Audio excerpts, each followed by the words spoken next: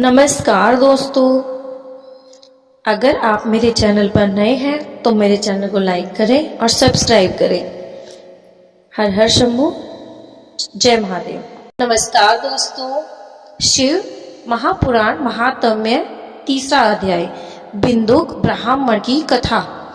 श्री सूत जी बोले, सुनो शौनक, मैं तुम्हारे सामने एक अन्य गोपनीय कथा का वर्णन करूंगा, क्योंकि तुम शिव भक्तों में अग्रण्य व वेद वेताओं में श्रेष्ठ हो।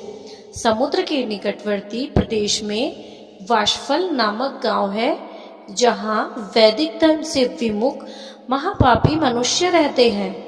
वे सभी दुष्ट हैं एवं उनका मन दूषित विषय भोगों में ही लगा रहता है। वे देवताओं एवं भाग्य पर विश्वास नहीं करते हैं। वे सभी कुटिल वृत्ति वाले हैं, किसानी करते हैं और विभिन्न प्रकार के अस्त्र शस्त्र रखते हैं। वे व्याभिचारी हैं। वे इस बात से पूर्णतः अनजान हैं कि ज्ञान, वैराग्य तथा सत्कर्म ही मनुष्य के लिए परम पुरुषार्थ है। वे सभी पशु बुद्धि हैं। अन्य समुदाय के लोग भी उन्हीं की तरह बुरे विचार रखने वाले धर्म से विमुख हैं। वे नित्य कुकर्म में लगे रहते हैं एवं सदा विषय भोगों में डूबे रहते हैं। वहां की स्त्रियां भी बुरे स्वभाव की, स्वेच्छाचारिणी, पाप में डूबी, कुटिल सोच वाली और व्याभिचारिणी हैं। वे सभी सद्विचार तथा सदाचार से सर्वथा शून्य हैं। वहां सिर्फ दुष्टों का ही निवास है। वाशफल नामक गांव में बिंदुक नाम का ब्राह्मण रहता था। वह अधर्मी, दुरात्मा एवं महापापी था। उसकी स्त्री बहुत सुंदर थी। उसका नाम था चंचुला। वह सदा उत्तम धर्म का पालन करती थी, परंतु बिंदुक वैश्यगामी था। वो वैश्याओं के साथ उठता बैठता और अपना समय व्यतीत करता था। इस तरह कुकर्म करते हुए बहुत समय व्यतीत हो गया।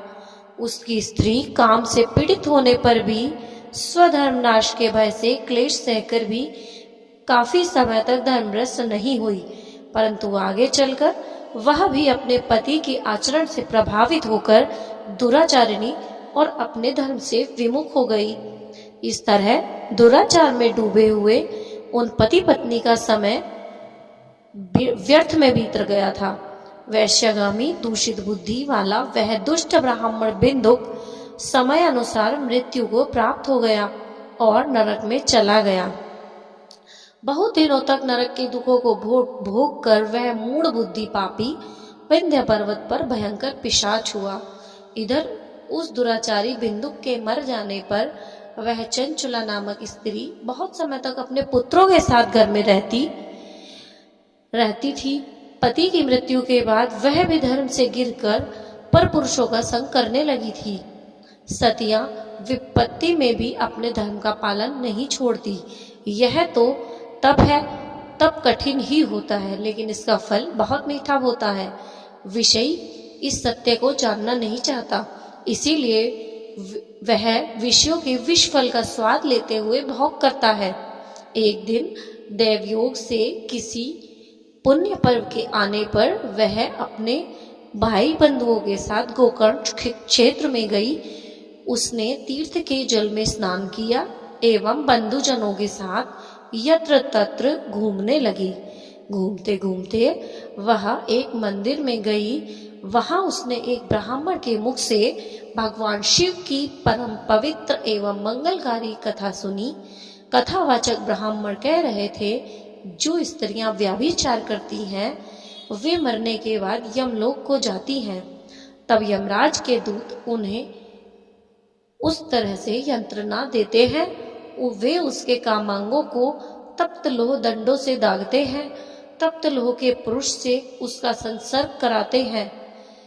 ये सारे दंड इतनी वेदना देने वाले होते हैं कि जीव पुकार पुकार कर कहता है कि यह वैसा नहीं करेगा, नहीं करेगा, लेकिन यमदूत उसे छोड़ते नहीं हैं। कर्मों का फल तो सभी को भोगना पड़ता है। देव, ऋषि, मनुष्य सभी इससे बंधे हुए हैं। ब्राह्मण के मुख से यह वैराग्य बढ़ाने वाली कथा सुनकर चंचुला भय से व्याकुल हो गई। कथा समाप्त होने पर सभी लोग वहां से चले गए। तब कथा वाँचने वाले ब्राह्मण से देवता से चंचुला ने कहा, हे ब्राह्मण, धर्म को न जानने के कारण मेरे द्वारा बहुत दुराचार हुआ है। स्वामी, मेरे ऊपर कृपा कर मेरा उद्धार कीजिए। आपके प्रवचन को सुनकर मुझे इस संसार से वैराग्य हो रहा है। मुझ मूढ़ चित्त वाली पापनी को धिक्कार है। मैं निंदा के योग्य हूँ। मैं बुरे विषयों में फंसकर अपने धर्म से विमुख हो गई थी। कौन मुझ जैसी कुमार्ग में मन लगाने वाली पापनी का साथ देगा? जब यमदूत मेरे गले में फंदा डालकर मुझे बांधकर ले जाएंगे और नरक में मेरे शरीर के टुकड़े करेंगे, तब मैं कैसे उन महायातनाओं को सहन कर पाऊंगी।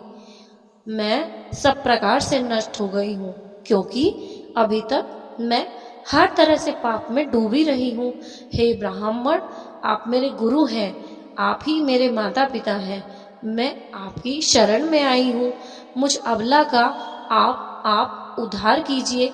सूत जी कहते हैं, शौनक, इस प्रकार विलाप करती हुई चंचुला ब्राह्मण देवता के चरणों में गिर गई। तब ब्राह्मण ने उसे कृपा पूर्वक उठाया और इस प्रकार कहा।